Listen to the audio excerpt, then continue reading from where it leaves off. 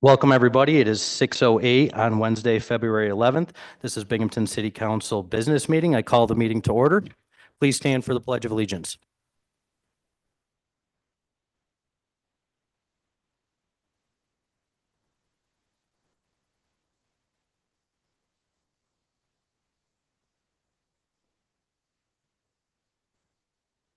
Madam Clerk, can you please do a roll call?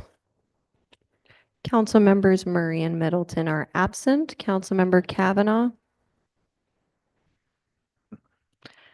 Councilmember Hotchkiss. Present. Councilmember Matavetsky is absent. Councilmember Rathwell. Present. Council President Dundon. Present. Thank you. Can I get a motion to approve the last meeting's minutes, please? A motion. I have a motion. Can I have a second? Second. Motion and a second. Is there any discussion on the minutes? Hearing none. Are all in favor to accept the minutes? Aye. Aye. Aye. Moving on. Do we have any reports from any committees?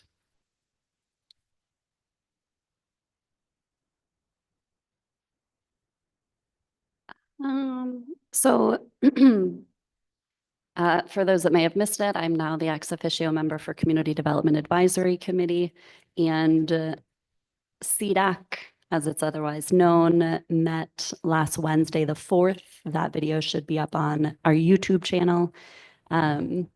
But the primary piece of the agenda, and Councilmember Kavanaugh joined me for a presentation on actually what we'll be setting our public hearing for tonight, the proposed allocation of $800,000 in unspent community development block grant funds. Otherwise, CDAC is continuing to review and have meetings and presentations from agencies that submitted for FY52 CDBG, ESG, and home funding, so that application review is ongoing. Anyone else? Okay, we'll move on. We have to set a public hearing. The City of Binghamton will hold a public hearing regarding RL 2649, a resolution amending the CDBG FY51 budget. This public hearing will take place at 6 p.m. during the February 11th, 2025 regular City Council business meeting in City Council chambers at 38 Holly Street, Binghamton, New York. Residents wishing to participate in public hearings may do so electronically by emailing their comments prior to 1 p.m. on the day of the meeting to clerk@cityofbinghamton.gov or in person during the meeting. Moving on to I'm sorry. Quick question. So what did you say, February 11th at 6? Yes.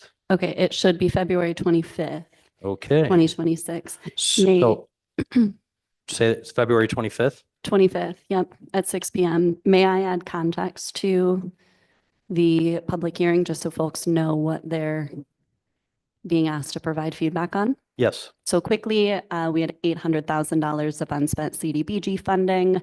In the proposal, there is $285,000 of CDBG money proposed for the City of Binghamton to purchase 15 Fayette, St. Mary's former convent. The plan there is very much still in discussion, but initially it was introduced by Mayor Cram that the city would consider leasing that property to Binghamton University for the expansion of the Harriet Tubman Center in Center City. There's a $115,000 allocation to a portion of med cars for the Binghamton Fire Department, the other portion of which that's needed would come from council's contingency account. There is $120,000 proposed to be allocated to United Presbyterian Church to sustain operations of their warming center. $100,000 proposed to be allocated to the Broome County Urban League to support the final rehabilitation of 2 units of affordable housing. And then there's $180,000 for Family Enrichment Network proposed to support the replacement of their elevator at 249 Washington Street. And just to be clear, so the public hearing is on February 25th, not February 11th. It was actually mistyped on the agenda. So moving on, we're going to move on to the public hearing regarding RL 2646. This is an ordinance to adopt the 2026 bond ordinance. So if anybody would like to come down and speak at this public hearing, please do so now.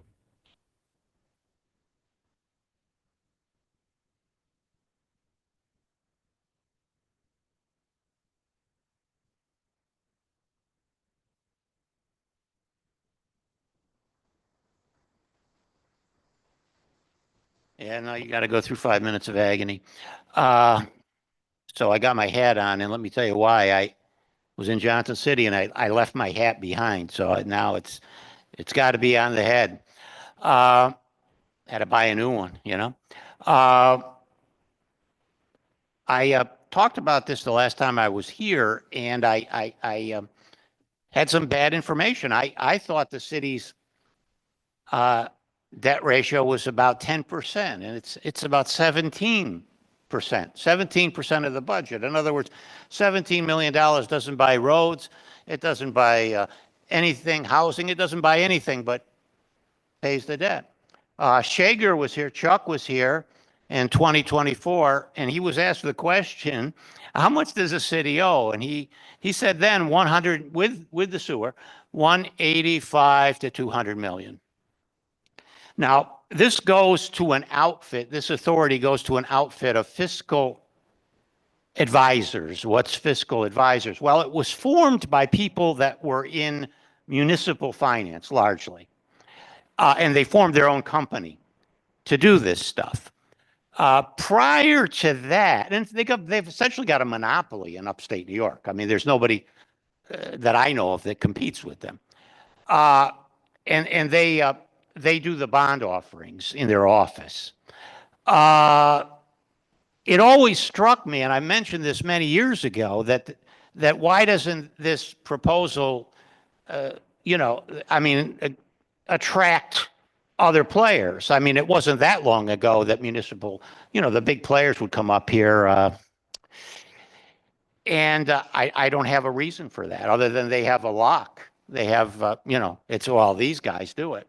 So they have a little auction and you can bid, and they create more or less a fake market. It's not a real liquid market. But you've lost control of the city's finance. You're doing nothing that hasn't been done before, but it's a steamroller, and you're not putting I don't know whether your cards when you went to office said, elect me, I'll do what the last guy did. I don't know if that's what your platform was, but this is dangerous stuff, just to give people a blank thing out to 2027.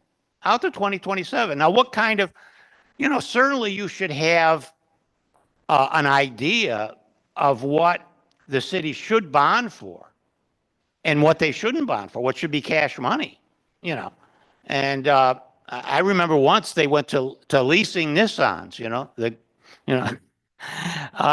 so I would suggest that you table this, you turn it down outright. There's no rush for this. Don't let them play. Well, if we don't do that, that's the old canard, and just see what happens. Put that hook in the fish tank and see what you can think, because this is irrational. I mean, you have a guy that's mayor. God bless his heart. He grew up with a political paycheck. He went to school with a political patronage paycheck, a political office paycheck. He has absolutely no conception that there are ways to rub two nickels together. It's just not in him. It's just he's a privileged guy. He said in a Syracuse University podcast, he said, well, I was considering being a sportscaster, but you know what? You have to work at little markets and work your way up. So that's the kind of guy, that's the kind of person that's leading you into this. By the way, you can look that up. I'm not making that up. That's on an SU podcast. I mean, I'm sorry. I'm not making things up here. You have about 1 minute left. Boy, that's the voice of authority. Anyway, don't be led astray like everybody else. Stand up. I mean, even if you kick one item or two items out of this thing and say, maybe we should pay for this in cash, maybe we shouldn't buy, maybe these things are unnecessary. But what you're really doing is you're saying, boy, I'm not going to have to worry about this until 2027. It's on autopilot and forget it. And this is, I don't want, let the kid do what he wants to do. Thank you so much. Would anybody else like to come down and speak during the public hearing? It's about the bond for now. And seeing if nobody else is going to come down and speak for the public hearing, we will close the public My hearing. Suggestion would be to keep it open since we're not voting on it tonight. Yeah. All right. So under the legal guidance of Corporation Counsel, we will keep the public hearing open until we are able to vote on the bond. So we will move on though to public comment. Public comment. Residents wishing to submit public comment may do so electronically by emailing their comments prior to 1 p.m. on the day of the meeting to clerk@cityofbinghamton.gov or in person during the meeting. Anybody who would like to come down now and speak during open public comment, please do so. Sir, if you want.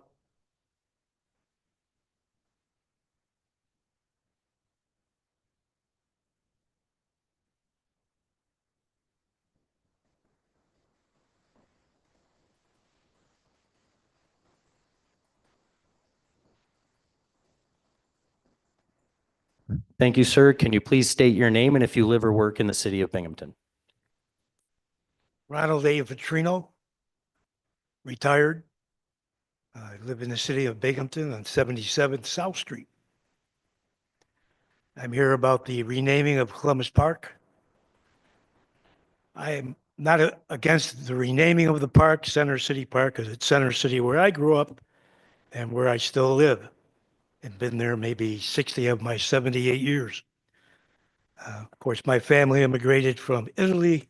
They lived in the house, and it was also a halfway house for other Italians that came here. They lived in the house for a while till they found suitable work, and they were able to get their own house. My statement is that before 363 was built, I don't know the exact year, mostly Italians lived in that area, owned businesses, many businesses, properties,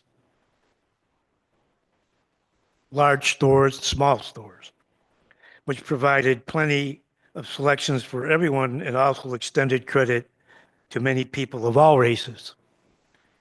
The churches they built opened their recreation centers for all, providing all to participate in their programs in and out of their gymnasium, which is St. Mary's. What I would request is that you would find some photos of Susquehanna Street, Hawley Street, Pine Street, South Street, Columbus Park East, Fayette Street, the Center City area, which we used to call the 7th Ward.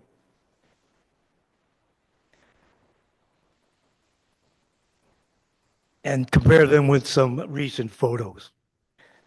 In summation, the neighborhood was clean, well-maintained, and flourished with gardens and fruit-bearing trees. Your renaming of the park, Center City Park, I have no objection to, but I just would like to reiterate the time the Italians and even blacks, we lived together with Wolf folks. I knew the Taylors, the Kendricks. We played basketball. We never had any very, very wild gangs or fights or knives or stabbings throughout the whole Center City area, of which now I can't recognize, even though I live there. So if you rename the park Center City, fine. But remember, we have a school called Columbus School and a street called Columbus Park East, which I lived on for a while. So I guess that's all I have to say, and I want to thank you for the time. Thank you so much.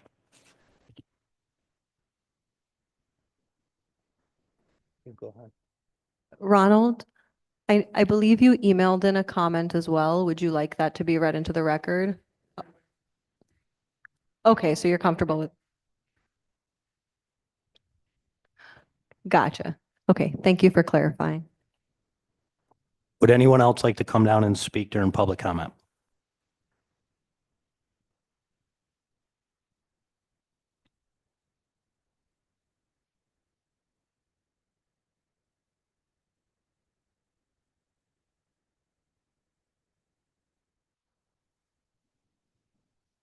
Good evening. Please state your name and if you live or work in the city of Binghamton. Sure. My name is Reverend Dr. Armand Wilson. I live on 35 Broome Street in the 6th District. And like the gentleman before me, I am for the change of the name of the park, but I just wanted to add a piece of information for the record. I have here a work from the New York State Commission Against Discrimination, and it talks about the race relations in Broome County, a profile for 1958. And I would like to read a brief passage.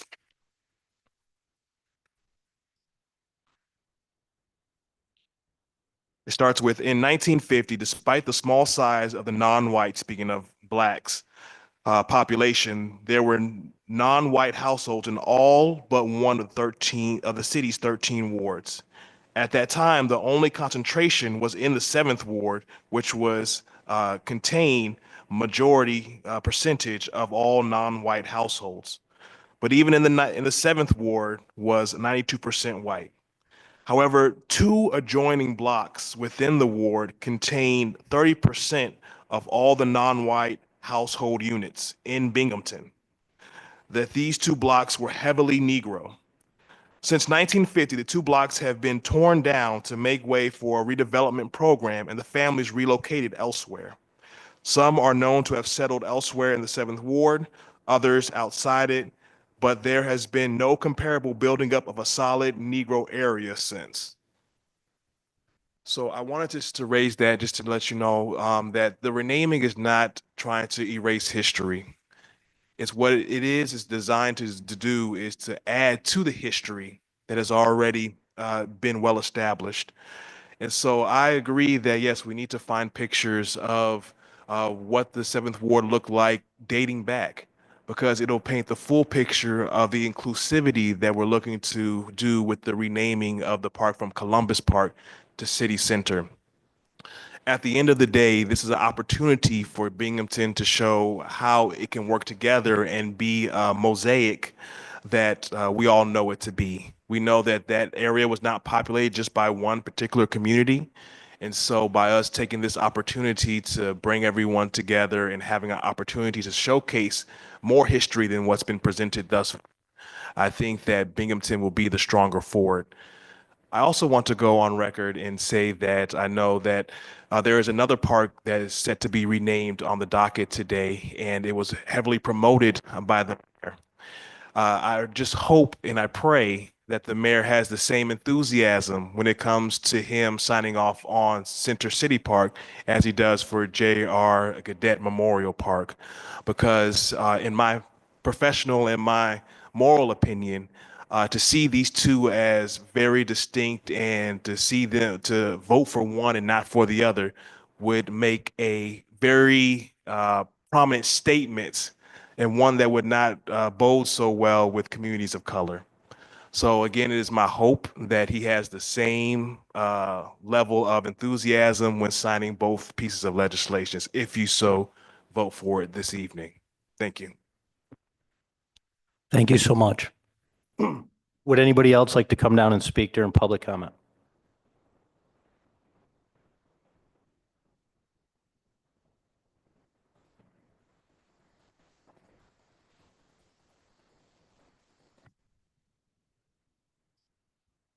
Please state your name and if you live or work in the city of Binghamton. John, and I live in the city of Binghamton. John, I'd like to have your last name for the record. I think that's unconstitutional, to be honest with you. I don't know. You are speaking in You have your public. turn your body camera on, please. I need to have that body cam on. John Solak, that's S-O-L-A-K. Okay, that's a Rusyn name. You know? Warhol was Rusyn. Bill Evans was Rusyn. Tom Ridge, the former governor of Pennsylvania, was Rusyn. Andy Warhol was Rusyn.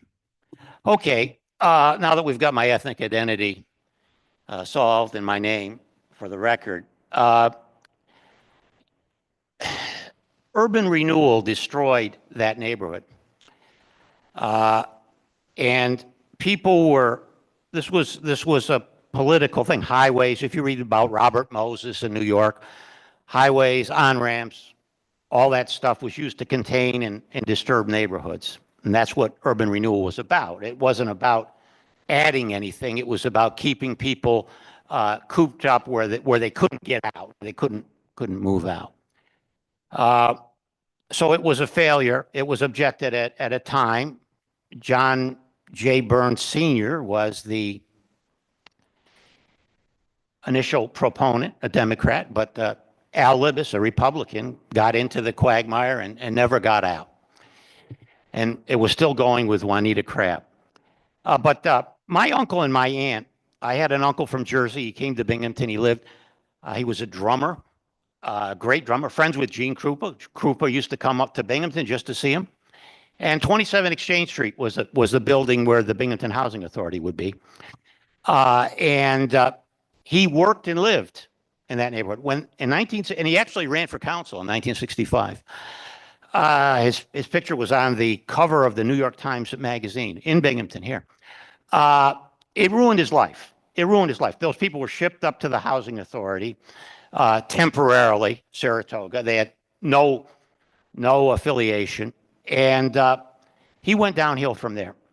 And it was terrible because they not only took people's places to live, they took their livelihoods, Stroman Bakery jobs, you know. But at some point, we've got to get back on the subject of what people are going to do for work, because men and women don't live on new drywall and wall-to-wall carpeting. You know, it's a bigger problem than that. Christopher Columbus, the town, and I'm going to get an RL going. The town needs to distance itself from William Bingham. We need to change the name of Binghamton. He was a slave owner. He was involved with the British East India Company, opium. If you want to read a good book, it's 400 pages, but it's called Dope Incorporated. Anyway, we can't possibly want to change the name of Columbus Park to an innocuous locale name and let the Bingham stand. And I'm going to name it in Swahili. I got a Swahili name that I'm going to name Binghamton in, because what this involves is not a change. It's a change of heart is what it involves. That's the problem here in Binghamton. It's the heart. It's the heart. It's the behavior. That's the real problem. So look, I'm not going to defend Columbus, but guess what? Without Columbus, there's no Hispanics. You're going to have a Quechua television network, you know? Without the explorers and the conquistadors and the missionaries, there is none of that. So, You have but just under a minute left. okay, what'd you say? Just under a minute. Oh, okay. The under threw me. I thought you were talking about a basketball game. Anyway, you're taking away, and I guess the people of Act West, I know Barb Fiala was big on this, a few other people were big on it, but they left me and Ronnie here. You know, I do have an objection to take something that is of civic, ethnic, and religious pride to at least one group of people and throw it off. And if we're going to start doing this, we got a whole lot of white supremacist street names. We got a whole lot of composers and authors that we can go after. So open up the can of worms. But and there's only one thing that I ask. If this is real, this Center City, if this is not just a holding pattern, a laundry to sanitize Columbus after a distance, I would ask that you say that the park would be renamed Center City Park for 10 years.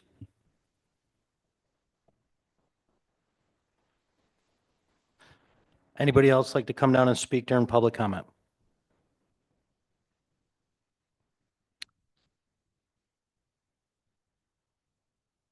Go ahead. I'm sorry. State your name and if you live or work in the city of Binghamton. I apologize for that. I didn't pay attention when I first glanced up. Good evening, Council President, Council members. My name is Deborah Hogan. I am a very proud, passionate Center City resident. I have skin in the game.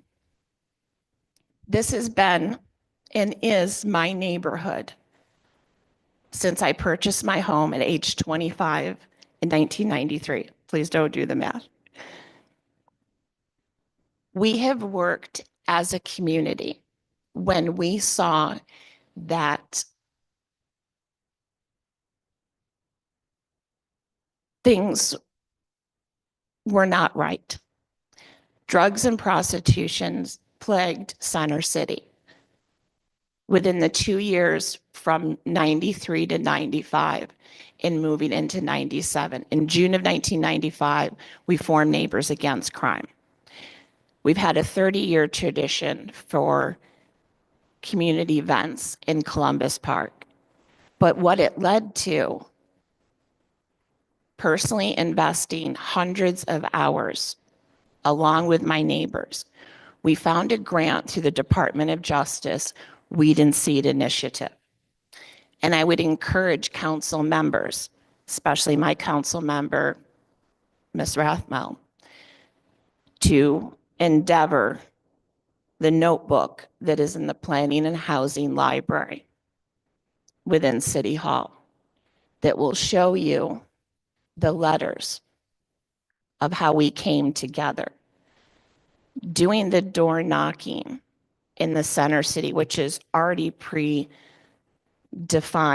from this initiative 30 years ago. We had also community meetings and town halls. I attended the town hall in September. Many different opinions, and our Reverend spoke passionately about that. Very different this evening than how we met you and enjoyed your presentation at the rec center. No one around this table was part of that, or do I believe live in Center City. The weeding was the law enforcement and the community policing to bridge the gap between the seeding activities with growing community-based organizations, faith-based organizations, civic, city hall, and our decorated police department. We held Easter egg hunts, award-winning state and national night out with Reverend Henry Osby, all centered around Center City's Columbus Park. I really didn't think we would be here. I thought we had discussions. Now I spoke with Sam, and there were other municipal affairs, I believe, meetings that was referenced in her media release that was sent to everyone. But I didn't see that it went to our mayor. There were various opinions at that town hall. I came away with the thought that the majority of people that spoke were not looking for a name change. Does this then erase everything that has come to be at Columbus Park? The wonderful program of the murals on the bathhouse partnership with the Binghamton City School District. There was, before the beautiful mosaics, there was a partnership with the Urban League for hand-drawn artifacts by the young people. There's remnants of a garden that I helped with a master gardener and Urban League. There's just such wonderful traditions that we have there. Jeremy Cross's tree is planted there, the young student You have 30 seconds left. that was murdered. There's no way that I'm going to be able to give you the passion I have. But I just wanted you to come. And when Councilmember Hotchkiss said, why don't people participate? It takes a lot of effort to do so. And people are just tired. Because when we do come to town halls, it doesn't seem like you folks are listening. But I want to come before you that I am a resident. I am opposed to the name change for the tradition that we have in Center City. For me, it's not racial, it's pride and passion. Thank you for your consideration. Thank you so much. Is there anybody else who would like to speak?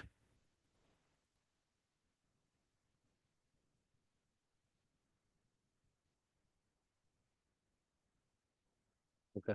Looks like we have one public comment to be read into the record. From Kenny Brown, City of Binghamton resident. I think the convenience store smoke shop law is bureaucratic nonsense and that a kid who can walk 501 feet can walk 1,001. I agree with the environmental aspects of the gas station because it directly affects the entire community, but tobacco sales and usage do not, in my opinion. Yes, it causes disease, but when are we going to draw the line of nanny government and stick to our values of personal liberty? Kids who can die at war can already not smoke or drink in this state. Bans exist and high school kids still vape and smoke. They still get their hands on it and they always will because prohibition doesn't work. Just look under the parking lot behind the former cyber cafe to see that. Not sure if you know, but it was a prohibition cellar. The road to hell is paved with good intentions. Sure, smoking may be down, but stuff like dip or pouches is up from my understanding. There will always be intoxicants. Kids will always try to use them. We already have enough rails in place. More only creates more black market, in turn creating less oversight and accountability. No one IDing on the streets. That's where markets move when they are heavily regulated and or banned. I support putting off the vote and amending or removing the enhanced language for convenience stores and smoke shops. If you're going to do something, do it right. It's already been a process. Another 2 weeks is nothing. Hope you're having a great day, week, year. All right, seeing that there is no other public comments, we will move on. We have no mayoral veto to review. So we'll move on to second read legislation, introductory ordinance 026-12, considered in planning, and I'll hand it over to Councilmember Rathmel. Thank you, President Dundon. I'd like to make a motion to adopt introductory ordinance 02612, an ordinance to amend chapter 410 zoning to address public health. We have a motion. Do we have a second? Second. A motion and a second. Discussion, please. I'd like to motion to make an amendment to the legislation. We have a, Rebecca, were you raising your hand? I was just going to explain it first, but Oh, sorry. Go ahead. Yes. No, that's okay. No, explain first. Explain first and Okay. we'll amend. That makes more sense. I withdraw my motion. okay. So this addresses primarily addresses the location of gasoline stations and tobacco retailers. This is an adjustment that very specifically looks at the human health and environmental hazards that gasoline stations can create when we're talking about groundwater, surface water, air contamination relative to tobacco use and vaping. The legislation represents the interest in chapter changes because of leading causes, those two things being leading causes of preventable diseases and death. Also available just quickly in the legislation, the amendment would primarily make the following changes. It would prohibit gas stations abutting a residential property or residential zoning district, and it would include a density regulation for gas stations, prohibiting them within 1,000 feet from other gas stations and 1,000 feet from schools and hospitals. For tobacco, it would prohibit tobacco retail within 1,000 feet from a school, which is an increase from the current 500-foot radius. It would define smoke shops and only allow them in certain districts. It would include a 1,000-foot density regulation for smoke shops and convenience stores that sell smoke products. And it would include, as written, include liquor and beer stores under the convenience store definition. Thank you so much, Councilmember Rathmel. Councilmember Kavanaugh. I'd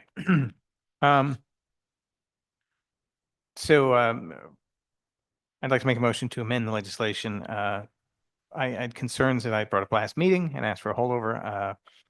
That the automatic definition of liquor store and beer store, which would be a Class C New York State off-premise beer license. Automatically make them convenience stores doesn't make a lot of sense. It's because neither a liquor store can not get a tobacco license, but so defining them as a convenience store for this purpose just means that you can't have a convenience store within 1,000 feet of a liquor store, and I don't see the purpose of doing that. It's not. It's just senselessly. It seems like a overreach of the restriction. There are, if we want to control density of liquor stores or Class C beer stores, that can be another piece of regulation. I don't think we need to conflate them in the definition of convenience store. I think it's being overly convoluted. So I would motion to strike the line for the purposes of this chapter. Stores that predominantly sell packaged alcohol, e.g. liquor stores and beer stores, shall be considered convenience stores. Second. So we have a motion and a second. Is there any discussion on the amendment? Hearing none, Madam Clerk, can we do a roll call vote on the amendment? Councilmember Rathmel? Aye. Councilmember Hotchkiss? Aye. Council members Middleton, Murray, and Matavetsky are absent. Councilmember Kavanaugh? Aye. Council President Dundon? Aye. Thank you. It is 4-0. So in approving the amendment, we have a motion and a second. And no, I'm guessing nobody else has any discussion. Can we vote on the legislation? We need to finish seeker, which we started last meeting when we declared it a type 1, but we didn't complete that because at that point it was held over. We still have to do seeker. We've declared it. You've been declared lead agency at the last meeting. We declared it as type 1. We just need to review the part 2 and then vote on the determination of whether there is or isn't significance. Yes. So I'll walk you guys through it. So if you recall, we circulated the packet and we talked about briefly the various factors, the 18 factors that are considered underneath type 1 actions. All of those were marked as having no impact, with the exception of impact on historical or archaeological, which was marked as no or small impact. I'm assuming you've all had time to review that since we talked about it at the last meeting. We had reviewed it at that point. So at this point, it's making a decision as to whether or not this council is going to agree with that assessment and say there is no significant environmental impact from this type 1 action and make a negative declaration. Yes. Unless someone has questions. Yeah. If no council members have any questions, can I get a motion to accept the type 1 seeker and Make a finding that there is no adverse impacts. make a finding that there's no adverse impacts? So can I have a motion? Make the motion. I will second the motion. Is there any discussion on this? Seeing none, Madam Clerk, can we do a roll call? Councilmember Rathmel? Aye. Councilmember Hotchkiss? Aye. Council members Middleton, Matavetsky, and Murray are absent. Councilmember Kavanaugh? Aye. Council President Dundon? Aye. Thank you. It is 4-0. So now we'll backtrack and we have a motion and a second, and then there was an amendment. So can I get a new motion to accept ordinance 026-12 as amended? I'll again make the motion to adopt introductory ordinance 026-12 as amended. Second. We have a motion and a second. Any other discussion? Hearing I none. think, Oh, go I mean, ahead. I think this is a pretty reasonable piece of legislation. I don't think it's a huge prohibition, and it creates a little bit more,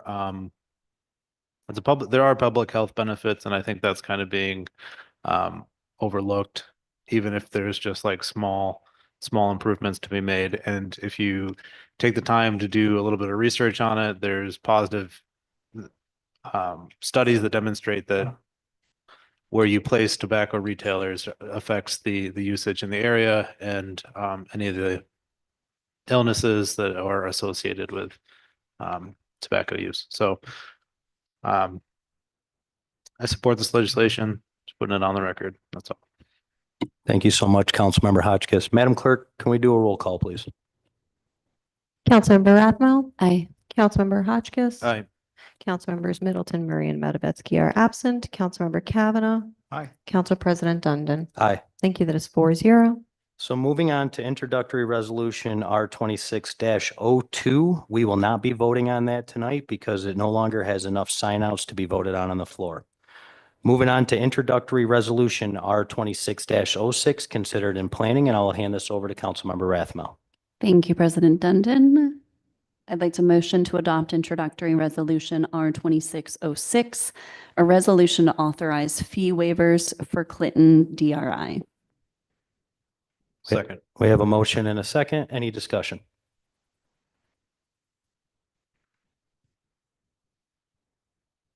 Hearing none, Madam Clerk, we want to do a Oh. roll call. Oh, All right, Councilmember I wanted Rathmel. to provide context. I'm just looking for my notes. Okay. So very specifically in the area considered for the Clinton Downtown Revitalization Initiative that's been ongoing in the First Ward and on Clinton Street for several months now. This specifically would, and fellow council members, if you'll help me out, this specifically would waive the permitting fees relative to development. Councilmember Kavanaugh, there was a piece of this that you brought up that sparked our holdover last time. Could you remind us, please? The waivers specifically for building permit fee waivers. Was it the question about how much we thought it was going to be? Oh, the overall cost, yeah, but that's largely controlled by the fact that any of the larger projects that are going to require outside review are not going to be covered by this. That those still the project sponsor is still going to have to bear those costs, so that's going to control costs overall. And I was not the one that was worried about the kind of residual costs of the smaller projects. I think what's represented as far as the eligibility requirements, so all of the projects will still have to get standard permits. They'll still have to be approved by local planning committee. So it doesn't waive the approval process. It doesn't waive compliance expectations. If there is a project that has been found to not have adequately applied for a permit, they will not be included as eligible. So there are some parameters here. I think part of the conversation that we had 2 weeks ago, I represented that generally my preference for any incentive for any, if we're talking a tax break, the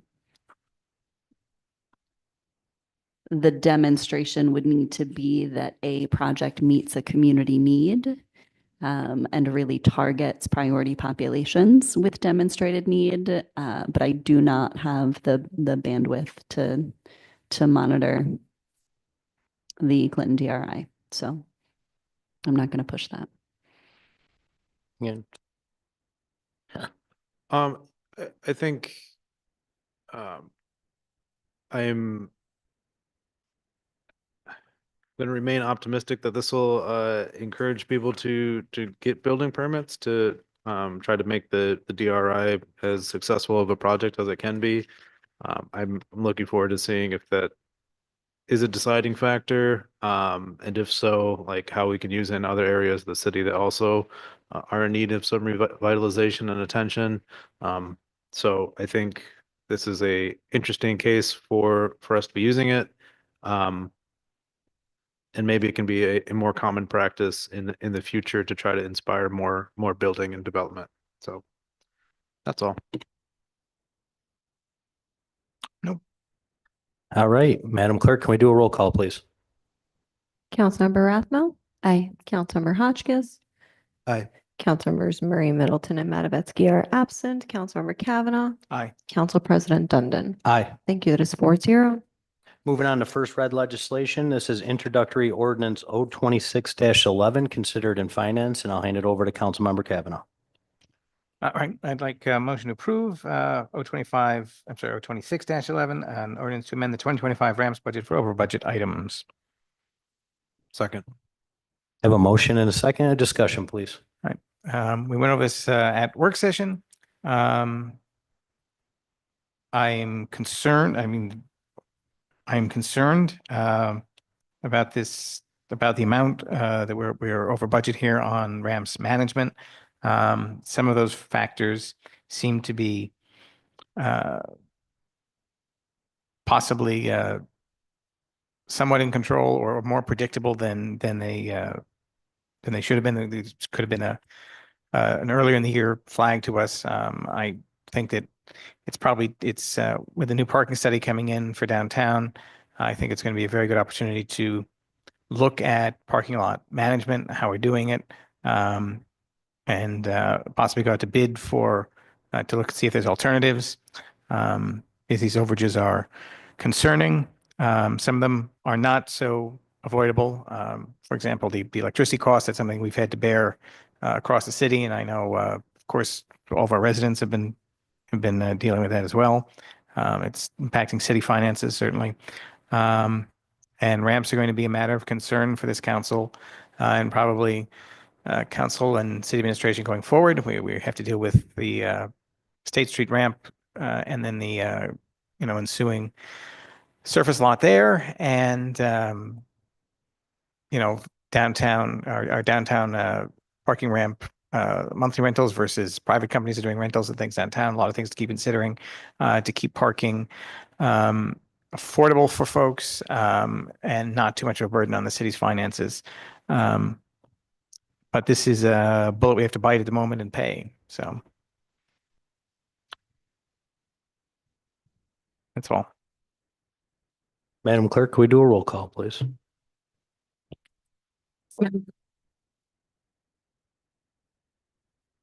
Councilmember Rathmel. Aye. Councilmember Hopkins. Aye.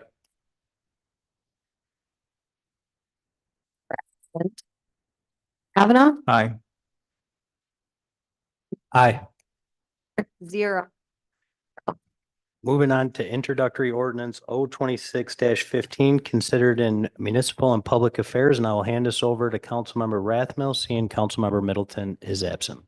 Thank you, President Dundon. I'd like to motion to adopt introductory ordinance 026-15, an ordinance to rename West End Park as J.R. Gaudette Memorial Park. I'll second that motion. Discussion. This was introduced really collectively by the Binghamton Fire Department, Binghamton Firefighters Local 729, and J.R. Gaudette's family. J.R. was a firefighter here in the city of Binghamton, lost his life last year in the line of duty, and this is the family's request to honor his legacy.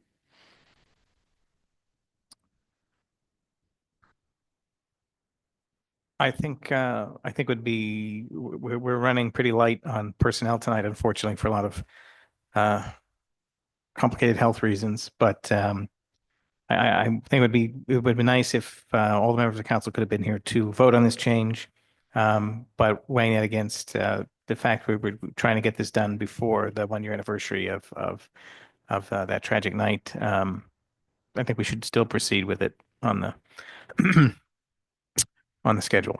So I know Councilmember Middleton is absent, but I know she wanted me to express how much she wished she could be here to vote on this, and with how close she was to the family, this is really something that's been close to her heart and something she wanted to be a part of. So, and she's here with us in spirit for this. Anybody else have anything they would like to discuss on this? Hearing none, Madam Clerk, can we do a roll call? Councilmember Rathmel. Aye. Councilmember Hotchkiss. Aye. Councilmembers Middleton, Murray, and Matavetsky are absent. Councilmember Kavanaugh. aye. Council President Dundon. Aye. Thank you. That is 4-0. Moving on to introductory ordinance 026-16, considered in finance, and I will hand it over to Councilmember Kavanaugh. I'd like to motion to approve O26-16, an ordinance from the 2026 fire budget to account for 16 firefighters starting the academy in March of 2026. I'll second the motion. Discussion? This was covered at work session on Monday. We're essentially moving up the timetable for our new firefighting class for a number of reasons, but the idea is spend a little bit more money now, get these folks into training and out in the field as soon as possible, and hopefully we will certainly reap the public safety benefit of having more firefighters where they need to be, when they need to be there, and also hopefully saving some money on the back end with reduced overtime, since we will have more fully staffed shifts and fire stations. Anyone have anything they'd like to add? Hearing none. Madam Clerk, can we do a roll call? Councilmember Rathmel? Aye. Councilmember Hotchkiss? Aye. Councilmembers Middleton, Murray, and Matavetsky are absent. Councilmember Kavanaugh? Aye. Council President Dundon? Aye. Thank you. That is 4-0. Moving on to introductory ordinance O26-18, considered in municipal and public affairs, and I will hand it over to Councilmember Rathmel.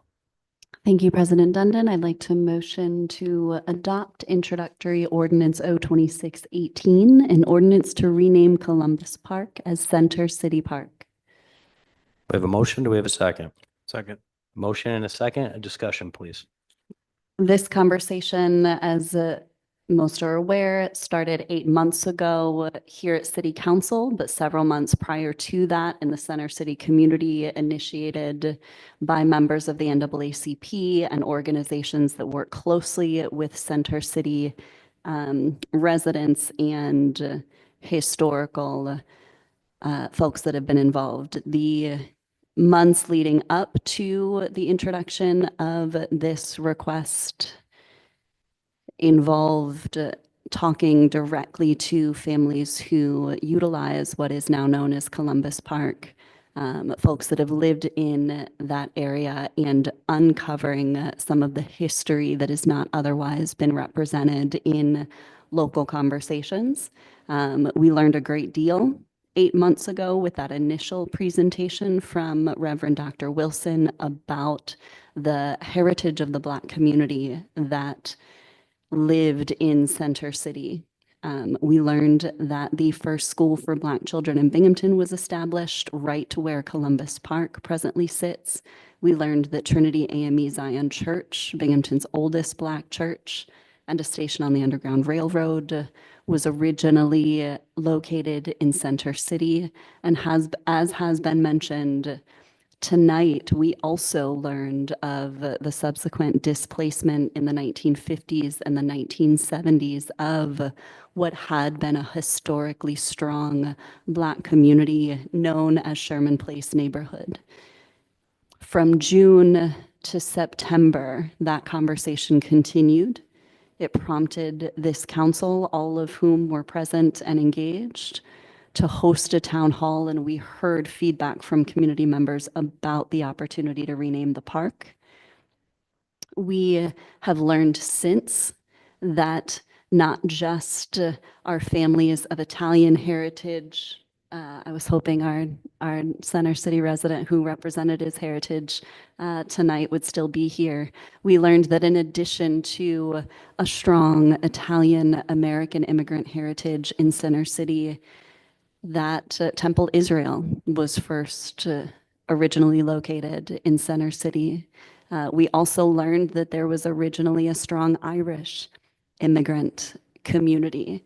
And as those conversations continued and opinions regarding the name change were shared, the consensus across the board consistently, regardless of the differences in ethnic heritage that were represented from those we heard from, just as was said tonight, if we compare what Center City was when those neighborhoods and communities were active and vibrant and engaged and stable, when we compare what it was to what it looks like now, the decades of disinvestment that have produced the present conditions, across the board, every single group represented concern. about that disinvestment and what Center City looks like now, and committed to a shared interest in supporting its redevelopment. So as was mentioned in comment this evening, this move to rename Columbus Park to Center City Park is not an erasure of the history. The question was asked, does it erase the memories? Does it erase? Absolutely not. The park remains in Center City as a representation, not just of one heritage, but of every heritage, every community member, every neighborhood resident. And our opportunity, the aspiration of the name change and the launch that went along with it of reimagining Center City and getting resident feedback on its redevelopment. The opportunity is to ensure that not just one heritage is represented, but every bit of the historical representation in that community is considered. I think the legislation is, I think it speaks plainly itself. And for those who are paying attention but may not have the packet in front of them, very specifically, we said that renaming Columbus Park as Center City Park recognizes the full historical breadth of the neighborhood, and it avoids privileging a single narrative over another, establishing a neutral, inclusive foundation for ongoing community engagement and redevelopment efforts. That's exactly what we hope to launch and what we're aspiring to.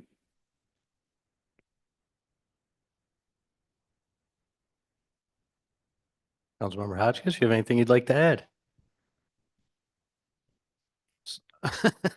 Thanks. Yeah, I think there's not much more to add beyond that, Councilmember Rathmel, but I support the name change.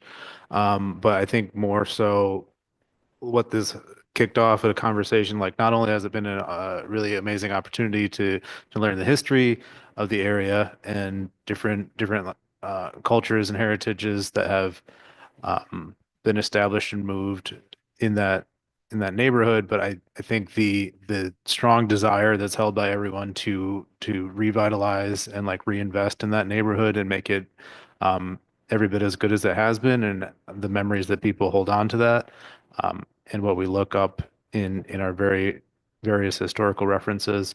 So I'm more excited to be invested in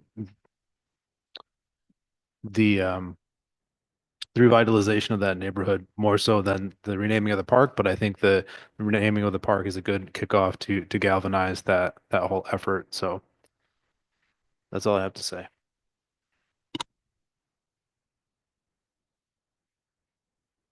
Kind of bouncing off of Councilman Hotchkiss's statement, my perspective is I disagree that the name change of the park is a good place to start and launch the kickoff of this initiative. I would prefer to see legislation that has some concrete elements of redevelopment in that district or reinvestment in that district, something that's putting the money where our mouths are, so to speak. And I think it can be potential, incredible project to dig into making a space in the park, in the park, or in the whole kind of development that we have going on between the rec center and the park, and hopefully what will become the Tubman Center, that's going to reflect the heritage of what was the Seventh Ward and what has been such a key part of vibrancy of Binghamton for so long. But I don't think personally that the way to launch is with the park rename without some other aspect to it. I think we're, again, missing council members tonight that might feel differently and that I would like to hear from before a vote. So with that in mind, I'd like to motion to hold over. I will So I've always made it a practice sitting here as president that anytime a council member makes a motion to hold over, that I've always seconded it, and I will not change that practice. So seeing that Councilmember Kavanaugh made a motion to hold over, I will second, and then this will be held over until our next business meeting.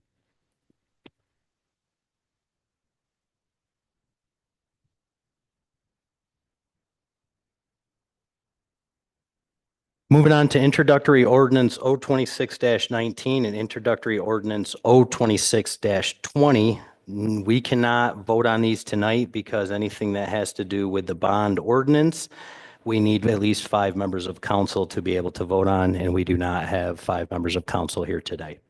So we will move on to introductory resolution R26-09, considered in planning, and I will hand this over to Councilmember Rathmel. Pardon me, Mr. President, the plan will be to schedule a special business meeting, I would imagine. Yeah, oh yes, I'm sorry. We will be planning to schedule a special business meeting next week with council members being out for illness. We're gonna aim for Wednesday or Thursday.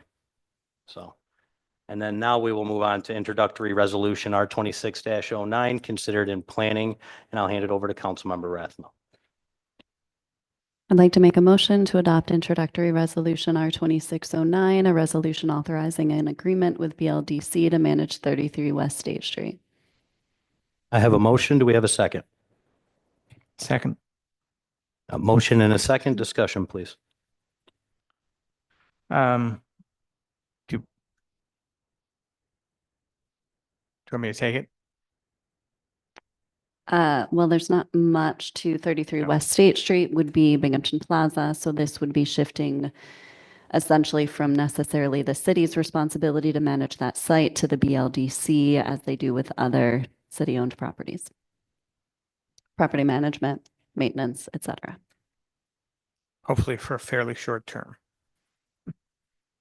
Hopefully. Anyone else have anything they'd like to add to the discussion?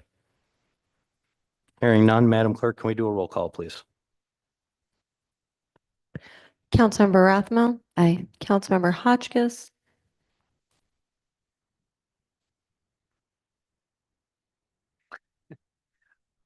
Aye. Councilmembers Murray, Middleton, and Matovetsky are absent. Councilmember Kavanaugh, Aye. Council President Dundon. No. Thank you. That is 3-1.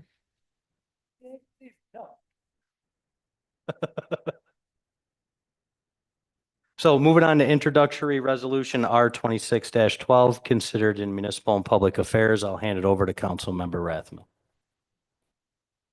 I'd like to make a motion to adopt introductory resolution R2612, a resolution authorizing grant funds for an investigator salary from New York State's Division of Community, I'm going to say DCJS, through JAG.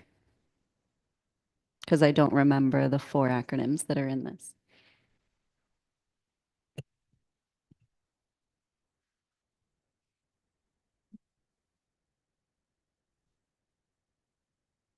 Second. Okay. No discussion? This- Sorry, I have Bob checking That's something okay. legal for me that. It's okay. This is the City of Binghamton Police Department is eligible to receive grant funds. And we're back to these acronyms: United States Department of Justice, Edward Byrne JAG Program, in the amount of $95,000. In speaking with Chief John Ryan regarding this grant opportunity, it would be to support an investigator in the Southern Tier Crime Analysis Center. It would be for a 1-year period. We already did the second. Okay. Okay. All right, no discussion. I guess we'll do a roll call. Councilmember Rathmel, Aye. Councilmember Hotchkiss. Aye. Councilmembers Murray, Middleton, and Matovetsky are absent. Councilmember Kavanaugh, Aye. Council President Dundon. Aye. Thank you. That is 4-0. So we'll move on to communications from Council council. President, can I make a motion to reconsider the adoption of introductory resolution R26-09, considered in planning? Okay. Anybody want to make a second? I'll make the second. I think this is legal, right? Okay. They were the last minute, I think, for us. So maybe in a wise ass might have fit us in that. Oh, okay. Yeah, where I was thinking majority didn't matter with the one, yeah.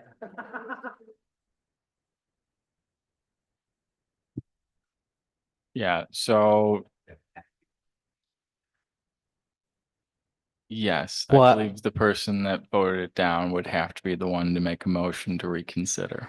I would like to make a motion to reconsider resolution R 26-09. Second. Having a motion and a second to reconsider, do we have any explanation other than the one I'm about to give?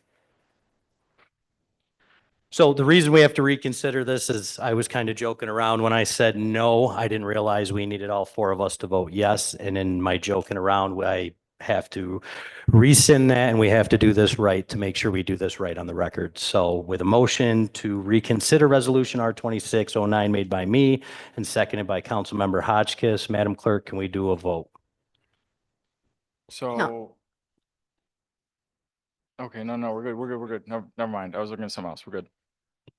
Councilmember Rathmel, Aye. Councilmember Hotchkiss, Aye. Councilmembers Murray Middleton and Matavetsky are absent. Councilmember Kavanaugh, Aye. Council President Dundon. Aye. Thank you, President. And that's what, We'll move on to communications from council. Start with Councilmember Kavanaugh tonight. I'm fine, thanks. Councilmember Hotchkiss,